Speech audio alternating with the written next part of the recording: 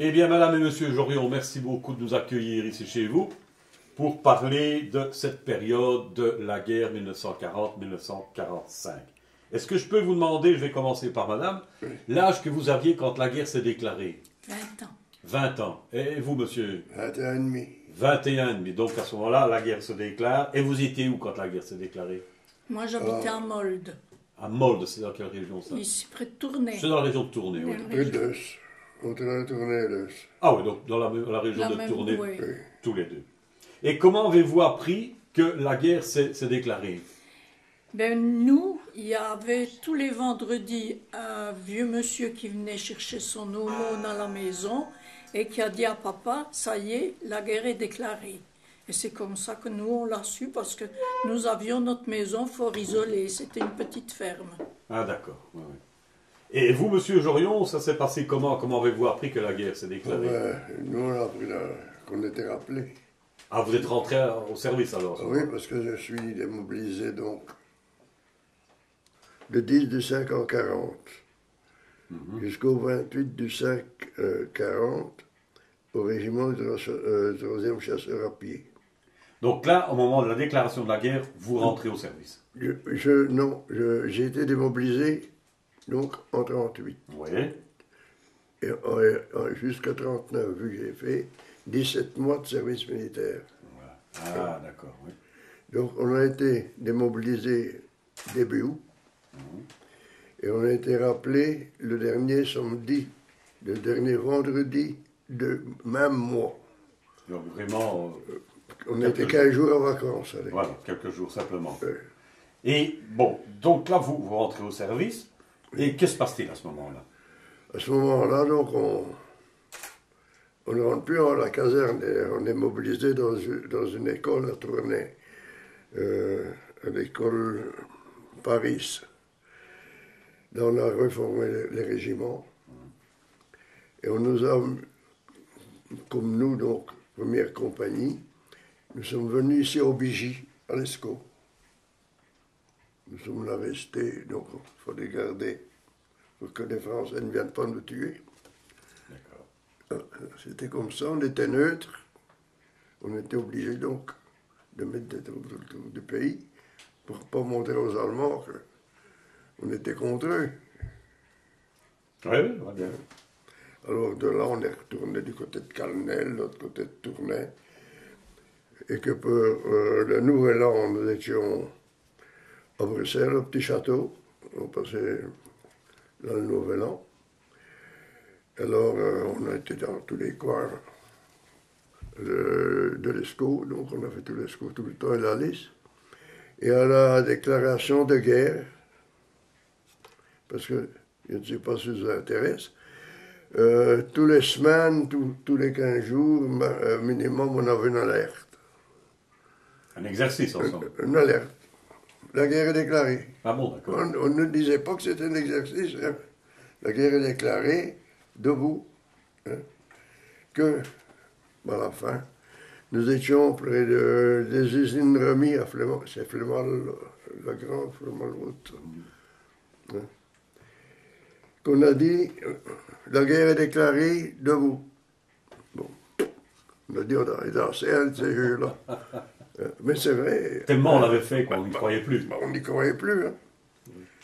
Alors, tout d'un coup, on entend un combat d'avion. On dit parce que si c'est vrai. C'est comme ça que nous avons su que la guerre était vraiment déclarée. Ah d'accord. Et vous, madame, donc à ce moment-là, il y a un monsieur qui est venu et qui a dit à votre papa, je pense, que la guerre est déclarée. Oui. Alors qu'est-ce qui s'est passé par après chez vous? Ben, nous avons continué, mais mon papa avec encore ses parents, il a été les trouver parce que tout le monde quittait le pays. Voilà, justement. Et il avait dit à maman, tu fais la valise des enfants et je m'en vais partir en France avec les enfants. Donc, avec nous, donc, on était jeunes filles puisque nous étions deux filles. J'avais une sœur qu'elle était 4 ans plus jeune que moi. Et quand il est revenu d'avoir été rendre visite à ses parents, il nous a dit « Défaites vos valises, nous ne quitterons pas la ferme. » Et on est resté à la ferme toute la guerre. Donc il n'y a pas eu l'exode, vous n'avez pas connu comme certains ont Je n'ai connu. pas connu. Ah. Et papa a eu des réfractaires à la maison Donc, on a toujours été un petit peu dans le mouvement, si vous voulez. Donc, voilà une chose. Alors vous, bon, combat d'avion, ça veut dire que ce Cauchard, c'est pas de bon, quoi, ça y est. Donc, on est parti au front, à l'escadron à ce moment-là. Ouais. On est resté 2 ou 3 jours. Il a fallu commencer à mettre les bouts. Hein. On luttait 1 heure, on foutait le camp, reculait de 10, de 12 kilomètres le soir. La nuit, on nous remettait en route. On allait à un autre point de vue que pour finir, et un jour, nous sommes revenus au même point de départ, mais dans l'autre sens. Hein. C'était un peu la confusion. Tout à On fait. peut penser à ça. C'était la débâcle. La débâcle, hein. Oui, ça a tenu 2 jours à moitié. Et le 3e jour, ben, il y en avait partout. Et alors, là-dedans, c'est qu'on reculait. Mais en même temps, il y avait des gens qui évacuaient. Avec des enfants, tout ce que vous voulez. Quand même, j'ai mal au cœur, c'était triste pendant un petit moment. Nous, on reculait, les gens partaient vers la France. Une fusillade, combat d'avion, tout ce que vous voulez. Et à un moment donné, ce que j'ai constaté, une dame, là, je ne saurais plus dire, une trentaine d'années peut-être, parce qu'on ne regardait pas les gens en pleine figure, on n'avait pas le temps. Et cette dame était tombée contre un briquet de prairie, avec un gosse dans les bras et morte. Et le gosse vivait. Ouais, ce sont des épisodes naturellement assez dramatiques, et même très dramatiques, parce que bon, Voilà. Ouais. ça tirait un peu dans tous les sens quand même à ce moment-là. De partout. Ouais. Il n'y avait plus que nous qui savaient plus tirer, parce qu'on était en fuite presque tout le temps. Et vous étiez en fuite, je vais dire. On reculait, mais pour retourner sur une zone de combat, hein, on se mettait en zone de combat, en tranchée, qu'on faisait nous-mêmes arriver sur son trou. Ouais. Hein. Mais moi, je vous dis, maximum 1 jour ou 2 à la même place. Et ça a duré combien de temps tout ça? 10 jours. La campagne de 10 jours. Et après? Après, moi, j'étais fait prisonnier. Je me suis enfui 6 fois. 7e fois, j'ai réussi. Et si je peux me permettre, vous étiez prisonnier où? Moi, j'ai pas été prisonnier. T'as été dans... J'ai été fait prisonnier, Oui. mais je n'ai jamais été vraiment prisonnier. Chaque fois. Chaque fois, on s'évadait. On s'évadait la première fois, nous étions 7. Il y avait des hommes, des camarades là-dedans, comme dans toutes les armées. Et alors, il y en avait un de mon patelin. Et quand nous avons capitulé, nous étions à Staden. Et on a été mis sur la place, la ville à côté de la place, C'est du côté de Courtrai, tiens. au-dessus de Courtrai. Oui. Enfin, à Staden, là on nous a mis sur la place. C'était un rassemblement. Il y en a qui sont partis en camion, qui sont montés volontaires sur des camions, soit disant qu'on allait démobiliser en guerre. Donc, on est parti vers Enghien. À un moment donné, on nous dit, ah,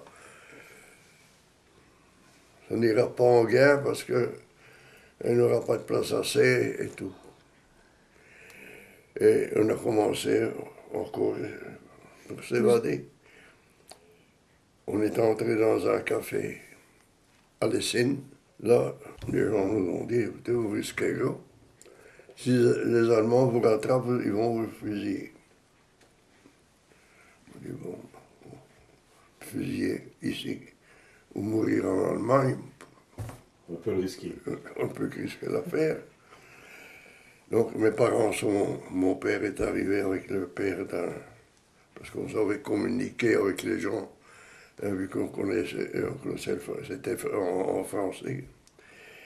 Et mes parents sont arrivés, mon père avec un camarade. Ils me disent, ne foutez pas le camp parce que restez en colonne, vous risquez d'être fusillés. Il a dit bon. Nous sommes quitté le café, parce qu'on avait laissé passer les Allemands, on était sortis derrière. Et nous voilà partis pour Guinanguin. Et arrivé avant Garmont, on nous avait dit, ah, vous pourriez avoir le cachet à Garmont. Mais à ce moment-là, nous n'étions plus que 4. Les autres, ils avaient déjà rejoint que tellement Ils avaient la peur. trouille. Hein. Peur, ils se sont sauvés carrément, oui. Donc, arrivé, comme j'avais des hommes qui n'avaient pas trop peur, je dis aux autres, entrez au bistrot, je vais voir les Allemands. Je suis parti voir au bureau, un colosse là. Et vous étiez toujours en militaire à ce Ah moment-là? oui, hein, Ouais. toujours. Alors je lui dis, je viens pas voir le cachet. Ah non, qui me fait comprendre dans son allemand, son français. En général, les Allemands qui étaient dans les bureaux connaissaient les deux, trois langues. Hein. C'était déjà des gens qui étaient venus chez nous. Hein.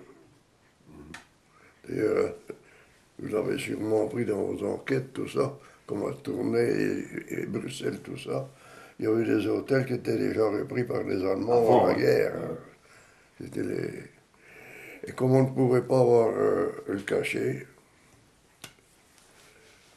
il a voulu partir, il dit ah non, il faut rester. Il dit non, je pars rejoindre les autres alors. Et il m'a laissé partir, et je suis parti rejoindre les autres au bistrot. Alors on a dit voilà, on va rester ici un quart d'heure. Alors on va s'échapper de derrière. On est parti du bistrot, de derrière, donc dans les champs, tout ça que vous voulez. Et arrivé, non, les patelins, un carrefour, si vous voulez. Nous là, paf, recueillis nouveau. Nous sommes allés, nous ont mis dans un château, dans le parc d'un château, jusqu'à 4-5 heures après-midi. À 4-5 heures après-midi, on était remis en colonne, soi-disant qu'on allait à René. Donc, étant parti en colonne à René, arrivé à Courtrai, nous avons encore mis les bouts, on est entré dans une maison. Au moment que Courtrai était si bombardé, il y en a qui étaient trop jeunes, mais Courtrai n'a pas rigolé. La gare était toute démolie, les maisons et tout. Et nous étions sauvés dans une maison, dans les caves, avec les gens de cette maison, on se retrouvait là bien une vingtaine. Hein. Alors, à 5 heures au matin, on dit, il faut mettre les bouts parce que si on sort trop tard, on va être repris de nouveau. Donc, on repart, on sort de Courtrai. Donc, pour venir sur René, nous, ça nous arrangeait parce qu'ils faisaient une colonne pour Tournai et une colonne pour René. Tournai, pour moi, ça m'éloignait, parce que moi, je suis du pays de Fran, puis des collines. Hein? Donc, j'avais plus près par René. On fait un petit bout, paf. Rebelote. Rebelote, enfin, ça, hein. Alors, on est arrivé du côté des Essines. Et là, il y avait un soldat de l'Essine, de ma compagnie, Gobelin. Gobelin, il me dit, on va essayer de passer la Dandre. Il n'avait plus de pont ni rien du tout, on a passé la Dandre à la corde. Et on est allé, donc, chez ce monsieur, c'était des petits fermiers. Et là, nous avons eu, chacun des deux, nous n'étions plus que deux de mon patelin alors, hein. Nous avons un recém civil et un vélo. Et on est parti pour retourner, mais à tout moment, ben, on croisait des Allemands, tout ce qu'on voulait. Et alors, nous sommes arrivés à Fran-les-Busnal. Le camarade il dit, ben, je vais dire bonjour à ma marraine. Vous ne savez pas, nous, qu'à 10 heures du soir, on ne pouvait pas circuler. Donc, je dis oui. Et moi, je suis parti chez Bush. Alors, Bush, il dit, à 10h30, on ne peut plus circuler, hein, qu'il dit. Il est parti chercher le copain. Ils sont partis, arrivés à Acny, au carrefour à Acny. Encore, paf, les Allemands. Mais quand on était en civil, ils montrent nos pièces d'identité. On n'est pas. Ils avaient déchiré parce qu'il y avait le cachet militaire dessus. Hein. Donc on avait jeté ça au feu. Et alors ils disent, où habitez-vous? Et comme, je ne sais pas si vous connaissez la route de René à Acny, où il y a le rond-point des fourmis maintenant. Hein? On dit, ben, il y a l'église, donc on montre le cocher de l'église, on dit, de l'autre côté de l'église. Mais d'où venez-vous? Ben, nous, mademoiselle, on voulait bien inventer quelque chose. Et c'était des jeunes. Ils nous ont dit, voilà, ne partez pas par là parce que vous ne pouvez pas circuler, il y a des troupes qui arrivent. Ils nous ont laissé passer. Et c'est comme ça qu'on est rentré. Et ça a duré un certain temps, ça. Ça a duré 3 jours. Ah oui, quand même. Donc là, vous êtes revenu chez vous, au On est Patelin. revenu chez moi, mais alors, là, il a fallu se défendre pour pouvoir la liberté. Hein. Ah oui. Et il y avait un Allemand qui dormait dans ton lit. Et La maison quand je suis avait été rentré, il y avait un réquisitionnée. Allemand dans mon lit. Ça n'a pas été tout seul non plus, que mes parents ont dit, oh, doucement, et tu ne sais pas ce que tu risques. Tu vas le réveiller. Oh oui, il y a Et dû, ils allaient comme ça dormir dans la maison. Hein. Effectivement.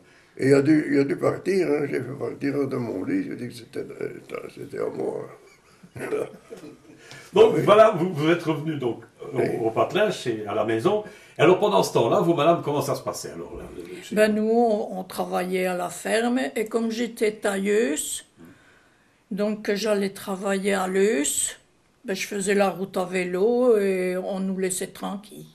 Vous, les civils, ça allait sans Ouais, problème. ouais, sans problème et on n'a jamais eu faim, on n'a jamais rien eu. Je vais pas dire que j'ai vu beaucoup la guerre, moi. Ça, non, parce qu'on a toujours été bien.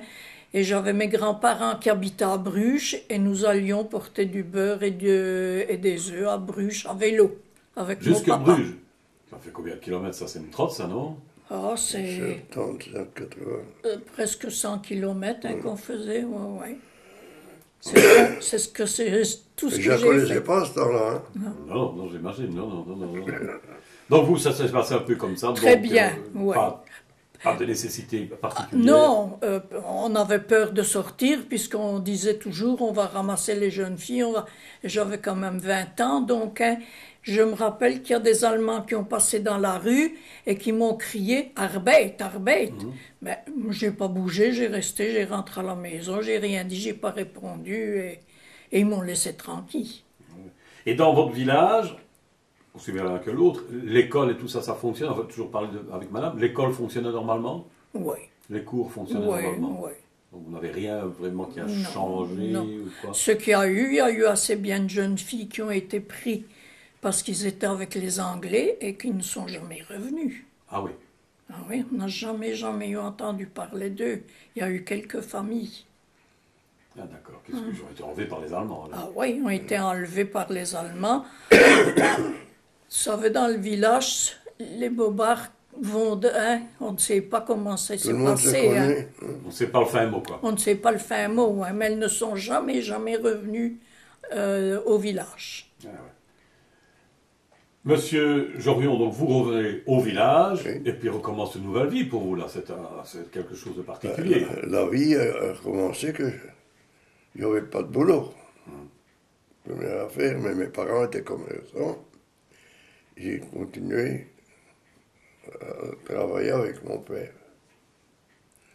Et sans rien lui dire, j'ai été m'inscrire à la sucrerie de femmes, qui était faire la campagne de sucrerie pour moi. Ben, j'avais des sous, mes parents, hein, parce que là pour le dire, hein, Mais j'aimais bien avoir ma petite bourse à moi. Donc j'étais faire la campagne. L'indépendant. L'indépendant, oui. Mais ce qu'il y a eu, j'ai eu beaucoup d'ennuis avec les Allemands, parce qu'on a été convoqué là à Herbestel. Et là, je vais raconter encore une histoire réelle, que, arrivé à Herbestel, nous étions bien une quinzaine à tourner, donc, hein, que ça se passait, ça. À la cathédrale, café de la cathédrale, l'hôtel de la cathédrale. L'hôtel de la cathédrale. Et qu'est-ce que je vois assis au bureau, comme vous là? Une femme d'un ancien gradé de ma compagnie. Ah bon? Chez les Allemands, donc ça? Chez les Allemands. Donc c'était déjà une alliée. Et sur le côté, donc, les Godeutsch, hein, c'est tous des castards. C'était tous des hommes de 50 ans hein, dans les bureaux. Hein. Et à un moment donné, tout le monde passe, il y en avait que moi qui ne passais pas. On me dit, mettez-vous là. Je dis, c'est John Beauvais que je dois me mettre là. Hein. On peut penser tout ce qu'on veut. On peut penser ce qu'on veut. Alors quand tout le monde était passé, on m'a appelé. On m'a dit, vous, la prochaine fois, c'est l'Allemagne. Hein. On n'en a pas dit plus. Donc je suis retourné chez moi avec mes copains, hein, vu qu'ils ne tenaient pas les hommes, ils faisaient simplement des papiers convoqués pour un tel jour, pour embarquer au train. Hein. Alors je suis retourné chez moi. Alors j'ai fait de la résistance. Et en faisant de la résistance, j'ai connu mon épouse. Et j'étais traqué par les Allemands, j'étais arrêté. Hein. Et parce que je ne sais pas m'empêcher de sortir à gauche ou à droite. Hein. Pas de m'amuser, hein, j'étais pas une amusette, rien du tout, mais j'étais déjà engagé comme résistant à l'AS. Hein.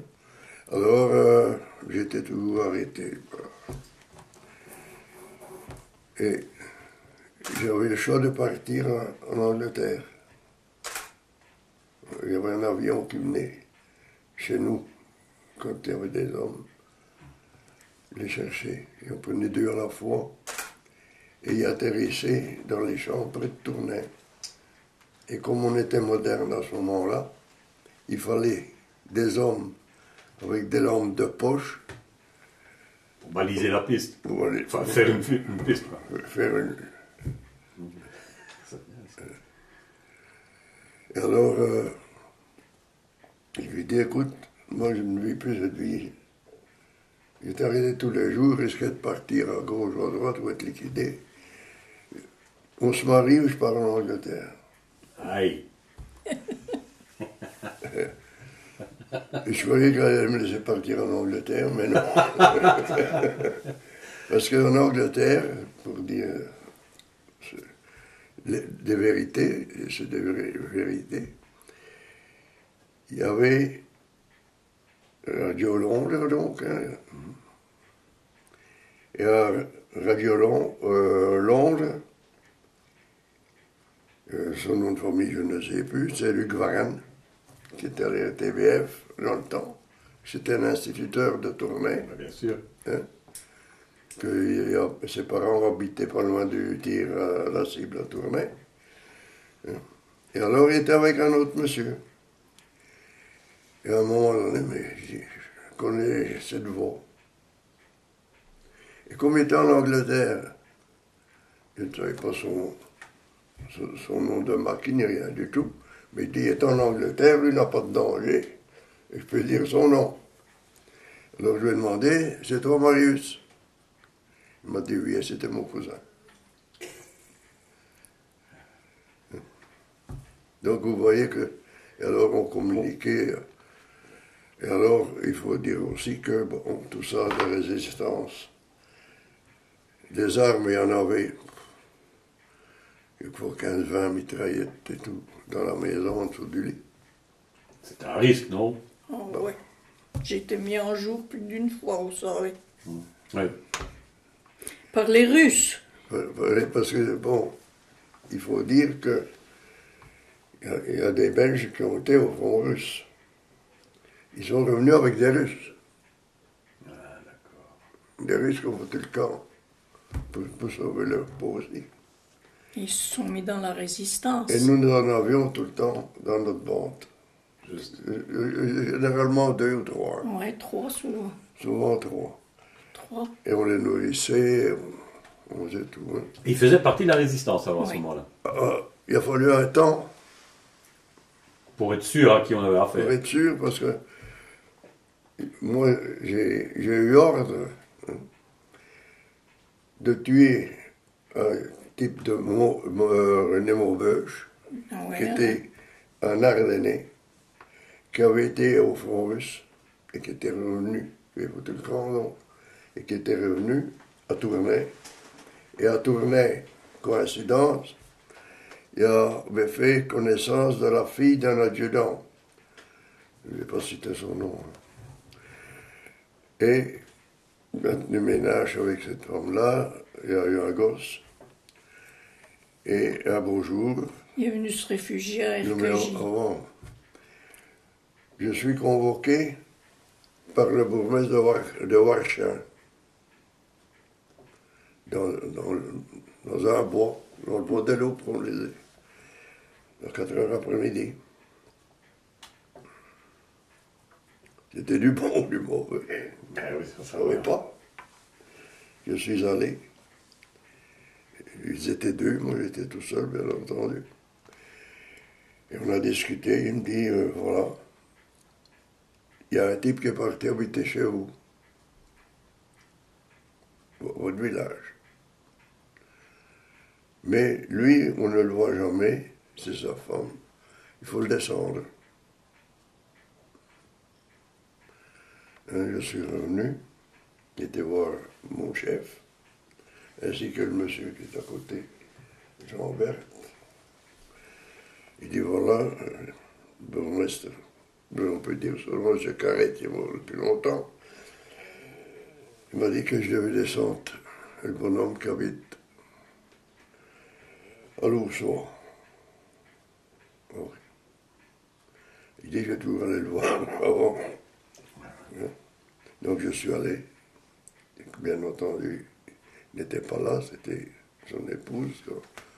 Il voyait quelqu'un approcher dans la maison, il foutait le camp. Hein. Surtout qu'il habitait près du bois, il était vite dans le bois. Alors, bon, je dis à sa femme, écoutez, non, c'est lui que je dois voir, avec vous, je ne sais pas discuter. Et le lendemain, je suis retourné, j'ai discuté avec eux. Que pour finir, je lui ai dit, tu ne peux pas quitter de chez toi. On ne te fera rien, je te couvre. Donc, on l'a couvert toute la guerre. Hein. Toute la guerre, on lui a donné à manger. On a donné à manger, tout ce que vous voulez. Et alors, j'avais peut-être des histoires, un petit peu. Il passe peut-être un peu d'histoire Mais là-dedans. pour revenir toujours à ce monsieur-là qu'on devait Ouais, tuer, ouais, et parce pourquoi est-ce qu'on justement... Parce qu'il avait été au front russe. Ah oui, C'était un traître. Rien que pour ça, oui. C'était un traître. Ah ouais, ah ouais. C'était un traître. Ah ouais. Donc il fallait. Ça allait vite à ce temps-là, hein. Parce qu'il y en a qui ont été descendus que. Innocemment peut-être aussi. Voilà. Et par contre, il y en a qui ont resté qui avaient fait. Hein, puis que. Donc toute cette ben- époque-là, bon, vous avez toujours œuvré dans la résistance jusqu'à la fin de la guerre, certainement. Jusqu'à la fin de la guerre. Et ce monsieur a été tué à sa place. Et ce monsieur.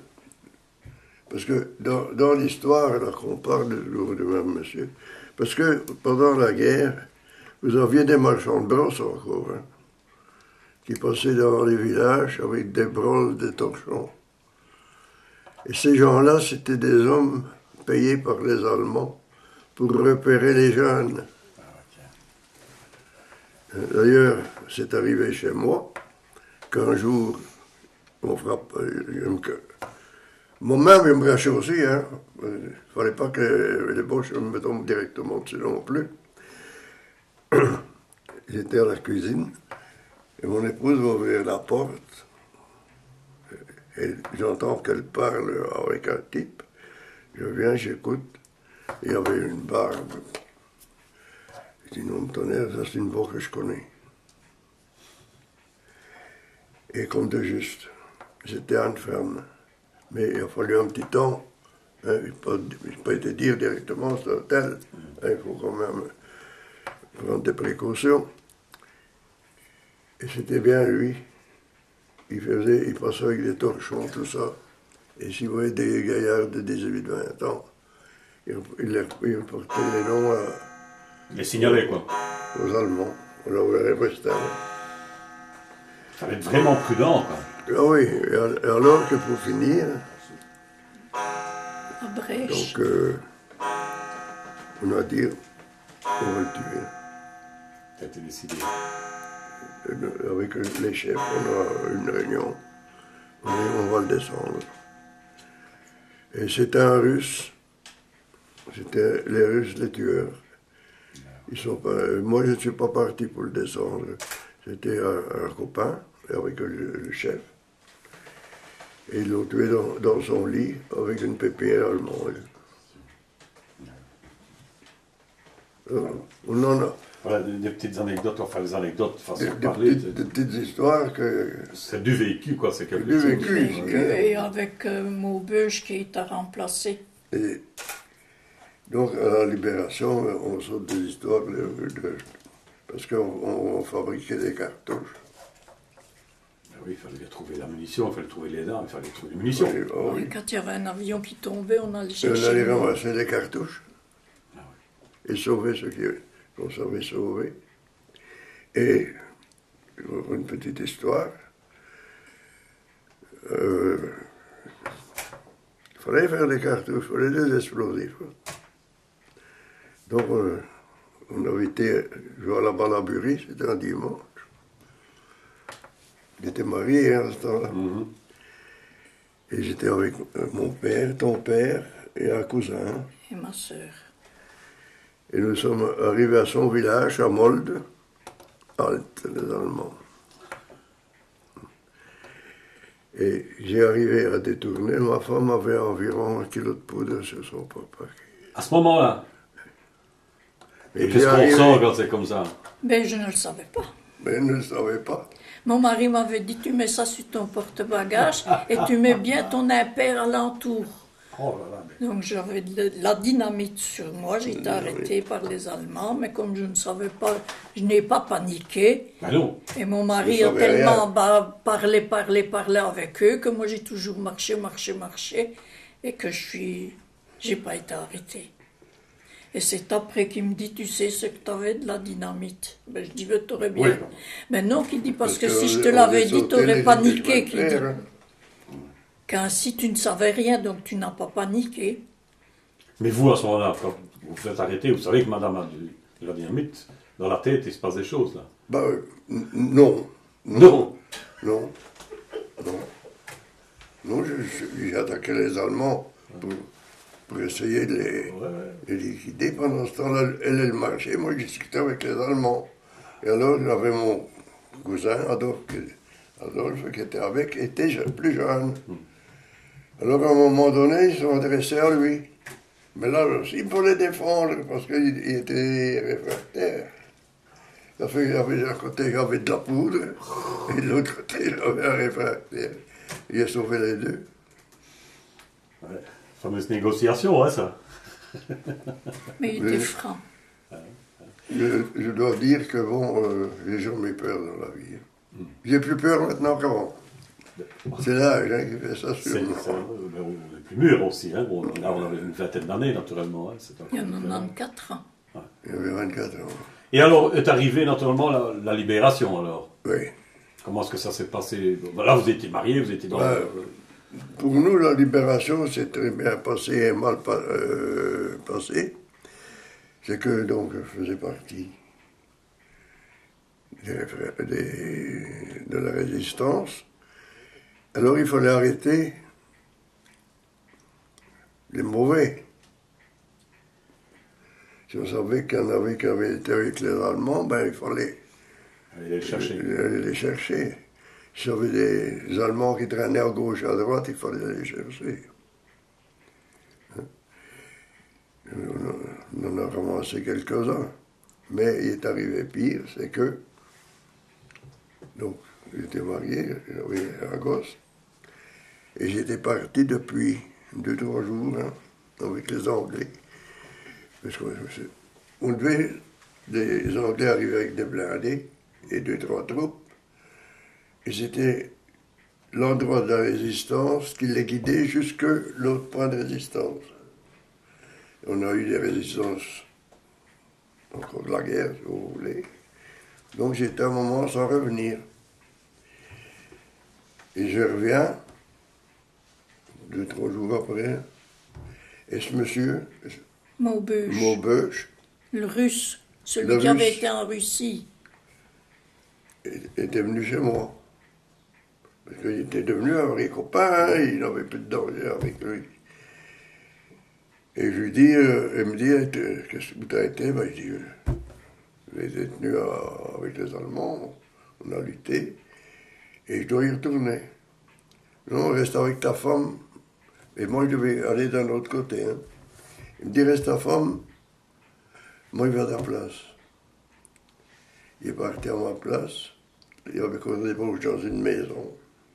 Ils ont mis le drapeau blanc. Et au moment où il a passé, ils ont foutu une balle dans la gorge. Donc, on l'avait sauvé. Toute la guerre. Toute la guerre. Et il s'est fait descendre à la libération. Ça, Le 4-5 septembre. Ouais. Et donc, libération veut dire l'arrivée des Américains, alors? Nous, c'est les Anglais chez vous. qui sont arrivés. C'était fête, c'était quoi? Comment ça se passe? Oui, ils ont fait des chars avec tous les drapeaux, ils ont habillé les enfants, soldats, on a fait... Dans les villages, on faisait ça. Hein, c'était la bien ça, Mais c'était toujours la guerre. Ah oui, c'était toujours l'avance von Rüsten. À ce moment-là, ça tournait de l'autre côté, oui. Ah, Oui, oui, parce que bon, nous, notre histoire n'arrête pas là.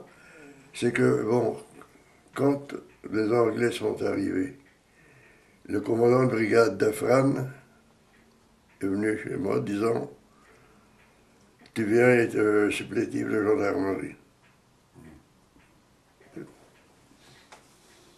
On n'avait aucune idée de gendarmerie à ce Ça moment-là. arrive comme ça, oui.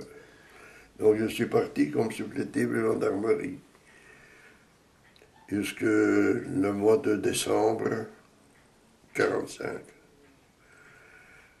Et au mois de décembre 1945, le commandant de brigade, il me dit le 24 janvier, tu vas à l'examen officiel pour les gendarmes. Donc je suis parti à l'examen. Je n'avais pas grand espoir de réussir, vu que bon, j'avais quitté l'école à 16 ans, et j'avais 25 ans, et j'avais l'école avec mes parents et tout ça. Je vais réussir ces examens-là, qui sortent. J'ai réussi. Donc je suis resté à la gendarmerie. Et alors, j'ai fait deux mois de gendarmerie à l'école à l'avenue de la Couronne. L'instruction. Oui, parce que nous n'avons fait que 2 mois d'instruction, parce qu'on nous a appris vraiment le métier de gendarme. On n'a plus dû nous apprendre les armes. On sortait de l'armée. Donc ils ont pris ceux qui avaient vraiment Une expérience déjà. Et comme on avait de l'expérience, on a été embarqué à Eisenborn. Donc on est rentré dans la guerre par là. D'ailleurs, mon épouse est venue me retrouver 2 mois après. oui. Il y avait encore des cadavres à Eisenborn qui traînaient partout, et les explosifs partout. J'allais chercher les cigarettes, puisqu'ils fumaient. Et les Allemands, ils avaient fait des trous. Les Américains. Les Américains. Oui, les Allemands aussi. Oui, mais les Américains. Et ils mettaient dans les trous comme ça les paquets de viande et des paquets de cigarettes et tout. Pour les cacher. pour les cacher et j'ai été les déterrer avec des autres gendarmes pour lui avoir des cigarettes. Donc vous êtes descendu là-bas alors, pendant l'offensive au Oui. Winchester. Oui, oui. J'étais dans On des a fait la champs Deuxième Guerre. Ben oui. tout minés, qu'on devait traîner ses pieds, qu'il y avait des fils partout, et quand on sentait un fil, il fallait faire attention, ça allait exploser. Et alors, quand on était là-bas, les Allemands ont reculé. Alors, nous sommes restés là et nous avons eu, chaque gendarme qui était là, une section militaire. Donc, la nouvelle classe qui était entrée, on a mis une section à notre disposition pour faire des patrouilles toutes les nuits, pour cueillir tous les fraudeurs et tous ceux qui avaient été avec les Allemands, qui tâchaient de revenir, hein, Ben voilà. qui étaient plus arrêtés. Il faut dire qu'on n'était pas bienvenu vu, Ah, parce que c'était quand même la limite de la Belgique, hein, c'est une Eisenborn. Une zone frontalière, c'est C'était toujours une délicat. Hein, oui, mais, et surtout Eisenborn, c'était allemand. Hein, Ouais. c'est revenu belge. Ça a été annexé. Hein. Ah, Mais oui, c'était c'est pas revenu facile, belge. ça. Mais ils étaient restés allemands. Hein, parce que nous, les jeunes, nous tiraient dessus. Hein. Ils volaient les armes des Allemands tués. Et nous tiraient dessus, les jeunes. Hein. Et ce qui nous a sauvés, c'est que, à un moment donné, les dates, je ne le sais plus, où les Américains sont arrivés, et c'était tout des Noirs. Tous les premiers qui sont arrivés, c'était des Noirs. Et on était par là avec eux, parce que j'étais comme chef, donc, d'une section là, donc j'avais travaillé. Et à partir de ce moment-là, on avait un peu à manger, parce qu'il fallait se nourrir de ce qu'on trouvait. Des pommes de terre qu'on tirait, qu'ils avaient passé l'hiver dans les champs. J'ai mangé de la soupe d'ortie, et c'est bon, hein. On le dit en tout cas, oui. C'est bon. Si on l'aurait su avant, elle n'aurait peut-être pas été bonne, mais enfin, elle était bonne. Et alors, on avait des boîtes de conserve au noir. Et alors, ça a calmé un peu les jeunes, parce qu'ils ont vu là qu'ils n'étaient plus foracés. Hein. Qu'il y avait les troupes qui étaient là, avec des blindés, ça doit faire reculer un petit peu. Et je dirais que les Noirs étaient très honnêtes. On avait à peu près tout ce qu'on voulait, ce que j'ai même eu comme chance. Et on m'avait donné 3 jours de congé. Mais de Butchenbach, les zones bornes, on n'avait plus de train. Il fallait venir jusqu'à Butchenbach, et c'était un train que, en venant de Butchenbach, Il c'était en fallait marche revenir sur avant. Malmedy. Malmedy, oui, Malmedy. Et pour retourner, c'était en marche arrière. Effectivement, ça a duré longtemps cette Oui, ligne ça comme ça. durait. Mais ça, la guerre continuait toujours dans les Ardennes. Hein. Oui. Tandis que nous, ben, ça a fini là. Hein. On n'a plus rien vu. Ah, c'était plus vers le Luxembourg, c'était plus vers le sud, Bastogne, etc. Oui, c'est tout de ce côté-là alors. Hein. Des Bastoniens. Tandis que nous, dans le Tournaisie, à ce La moment-là, Tunisie n'avait plus rien. Donc à ce moment-là, vous étiez toujours à Elsenborn, Oui, Butchenbach, ah oui. et puis vous êtes revenu alors. J'ai été 10 mois à Eisenborn. 10 mois. Mais vous êtes resté encore sur Butchenbach, Elsenborn, que la guerre était vraiment finie, ou bien... non. Non, vous êtes revenu pendant l'offensive. Pas Pendant oui. Vous êtes encore- Après l'offensive, on est revenu. Enfin, après un moment, après, bien un mois après, au moment que le plus gros était revenu. Ouais. Ceux qui avaient été volontaires pour les Allemands étaient revenus, donc ils n'avaient plus rien à faire pour nous là-bas. Et alors vous avez connu vraiment alors, la libération La ici. libération, que eux ils ont fêté la libération, mes parents, tout ça, tandis que moi étant à la gendarmerie, ben, c'était autre chose, hein, c'était toujours le boulot. Hein. Il fallait surveiller les fêtards. Ben, non, c'est qu'à ce moment-là, que dans les grandes villes comme Bruxelles, hein, il n'y avait pas des traînards. Hein. Il fallait ouvrir l'œil. Donc il fallait toujours ouvrir un œil, et c'était toujours la nuit. Hein. Ouais, ça fait. On n'avait jamais vu des V1. On va à Bruxelles, là, on avait On des... a eu des V1 sur la tête, tout là. des combats d'avion qu'on a eu.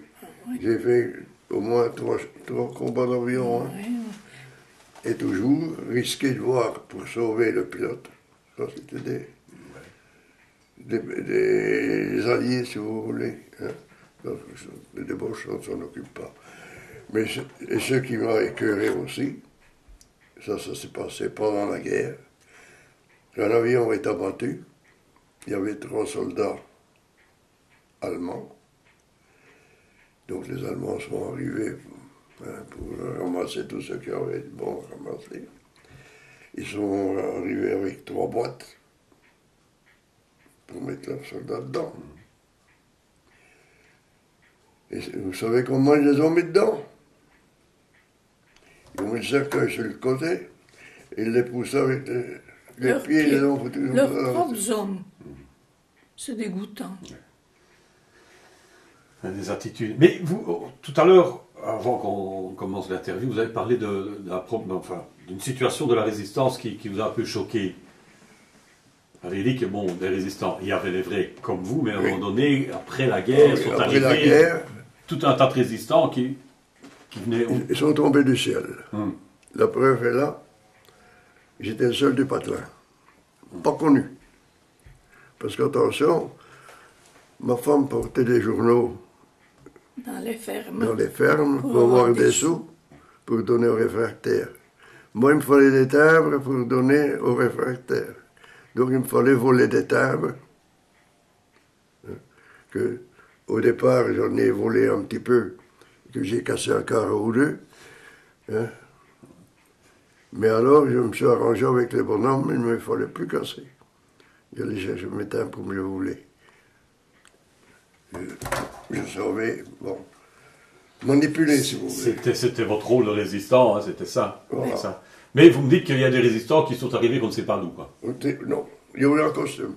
Ouais. Ils n'étaient pas résistants, hein. Non, D'ailleurs, je peux vous en montrer là-dedans, ils ne sont pas résistants. Hein. Ils ont eu un costume ainsi, on ne sait pas. Et ils ont été reconnus en tant que tels par les officiels. C'est ça qui est beau. Je ne dis pas que tous ont été reconnus, mais les 3/4 ont été reconnus, que moi, j'y étais pas. Le monde à l'envers. Ah oui, j'ai jamais fait de mort. Pourquoi? Parce que vous savez bien ce que vous aviez fait. Moi, je fais ça pour mon pays, sans gloire ni... C'est la résistance, c'est ça? Ben oui. Ben, on ne s'est jamais vanté de rien du tout. Et c'est quand j'étais à la gendarmerie, d'un moment, d'ailleurs, c'est ma carte de service, vous allez voir. Que la gendarmerie a fait une recherche et que ça sera dévoilé. Un bégamin, hein? Un bégamin, comme on dit. Hein? Oui. Oui, mais quand vous voyez qu'il y en a qui ont été reconnus résistants 14 ans et demi. Et qu'il y a des gens qui ont eu des décorations et tout, et Oui, qui n'ont rien fait, c'est un peu frustrant, hein, là, quelque part. Ben oui. Surtout que, bon, en tant que réel résistant, on s'est quand même investi sa vie. Justement. Hein. Et puis, on est jeune, on ne réfléchit pas, mais c'est après, quand on réfléchit, qu'on dit, mon Dieu, on a quand même été bête. Hein. Qu'est-ce que tu cherches? Ah ben, lors de la couronne, ben voilà. Tiens. On va photographier aussi.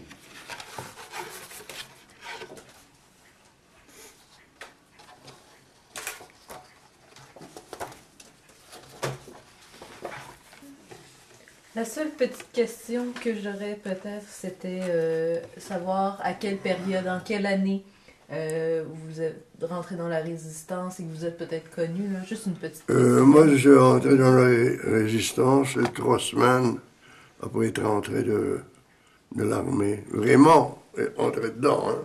Mais j'étais déjà dedans parce que le monsieur, le chef, je le connaissais très bien et qui m'a demandé, mais je vais rester toujours en dehors. J'étais l'homme de confiance, si vous voulez. Un peu à l'écart. J'allais quand c'était des... Mais on a fait sauter des lignes de chemin de fer, on a... Et la château date? d'eau. Quand vous vous êtes rencontrés, c'était dans quelles années, vous? En 41. En 41. On a courtisé 6 mois. 9 mois. 6 Neuf. mois, 9 Neuf. mois. 9 mois. Avant la demande en mariage. Oui. 9 mois. Mais j'étais arrêté tous les jours, j'en avais marre, moi. Mais bon, je travaillais. Bon, je faisais de la résistance, je pouvais sortir la nuit. Il fallait quand même aller le voir de temps en temps. Hein? Ah oui. Bon, ils ne savaient jamais aller l'été. Mes parents, c'était des marchands de fruits encore. Donc c'était travailler jusque bien tard le soir, les fruits. Hein. Donc j'allais à 8 h du soir la voir, mais à 10 h 30, je devais être rentré. Et il y avait un château. Parce que Entre les deux villages. Parce que il y a encore une histoire, une vraie, qu'on n'a pas racontée, on a oublié beaucoup. C'est qu'il y avait un château. Il y avait des Allemands là-dedans. Et je repassais tous les jours là en face. Hein. Du Donc, village à un arrêté. autre, il devait repasser. Ah oui. Enfin, donc, il était arrêté chaque fois. Oh là là, oui, oui, oui. Et ce que nous avons fait, qui n'a peut-être pas beaucoup de résistants qui ont fait, que nous avons presque attaqué les Allemands pour retirer les réfractaires. Ouais. On a sauvé mon futur beau-frère. Et il y avait les menottes et il y avait tout. Hein. J'ai été trouver un bourgmestre Prendre qui des risques, était hein. pro-allemand. Et on a comme été maman discret. était flamande et qu'elle parlait l'allemand, elle a parlé avec eux. Papa a été trouvé le bourgmestre du village, qui Que était du c'était un côté des pro-allemand. Allemands. Et Laurent est arrivé avec toute la résistance. Et mon beau-frère... Là c'était des vrais. Hein. Il y avait des Russes dedans, il y avait tout. Et on avait jusqu'à 4-7. Et on a fait délivrer mon beau-frère. Ils n'étaient pas mariés, ils étaient amis. Mais pendant 3 jours, on a vu que Marc. la marque de ses menottes. aussi. On a risqué beaucoup. Ben voilà, un épisode assez particulier. Donc vous n'avez jamais eu de question Non. de nourriture, etc., Non. alimentation, sucreries, Non. pâtes de fruits, Non. etc. Ben ça non, ne du manquait fait pas. que c'était une petite ferme à la C'était maison. une petite Au ferme. contraire, quand il y avait des réfractaires ou tout ça, on On donnait, avait pour tout le monde. on donnait Ah oui. pour tout le monde. Ah oui. Voilà. Et en plus, j'ai travaillé énormément d'heures. Ouais. Ouais. Ça rentrait, quoi. Et à sa maison, comme c'était des marchands de fruits, c'était nous qui devions faire la distribution de beurre, De beurre. les rations de beurre. Ah, oui, oui, oui, ben oui, ça aussi. Hein, ça existait. Alors on nous apportait les mottes de beurre et on devait faire les petites parties à chaque j'ai- personne avec les timbres. Et j'ai une carte, comme quoi je travaillais dans une laiterie. Ah, non, ah oui, c'était la justification, quoi. Ouais, Ah ouais. pour pouvoir un petit peu. Je pouvais circuler jour et nuit. Et voilà. Mais écoutez, Il faut nous, ça a été... abréger. Non, on a eu pas mal de choses, on va encore en demander. Hein. Oui. On va passer maintenant un petit peu à regarder justement les documents, puisque vous voulez vous lever. C'est peut-être le moment de passer aux documents, et on regardera un peu votre carte aussi. Hein. En tout cas, merci beaucoup d'avoir consacré cette matinée à Oui, mais on va vous nous offrir un évoquer. verre quand même, hein, vous n'allez pas. Je ne dis pas devant la caméra parce que ça va chez les chefs. Je peux intervenir pour une petite quelque chose, je crois qu'ils ont oublié. Oui. C'est quand même, en 22, il y a eu une naissance.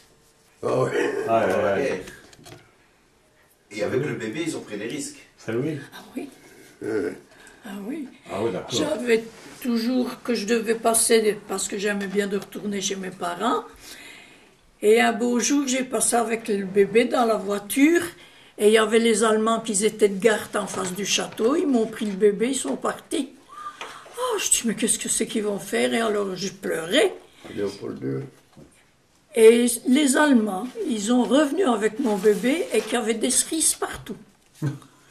Et c'était des Il y jeunes. a de temps en temps des gens, enfin des Voilà. gens étudiants. Donc, c'est pour dire qu'il y en avait des bons là-dedans aussi. C'est important aussi. Mais c'est important parce que c'est la panique à ce moment-là quand on prend le bébé. Qu'est-ce que vous dites? Oh là là, ça fait du monde. Mon Dieu. Merci beaucoup en tout cas, c'est très bien, merci.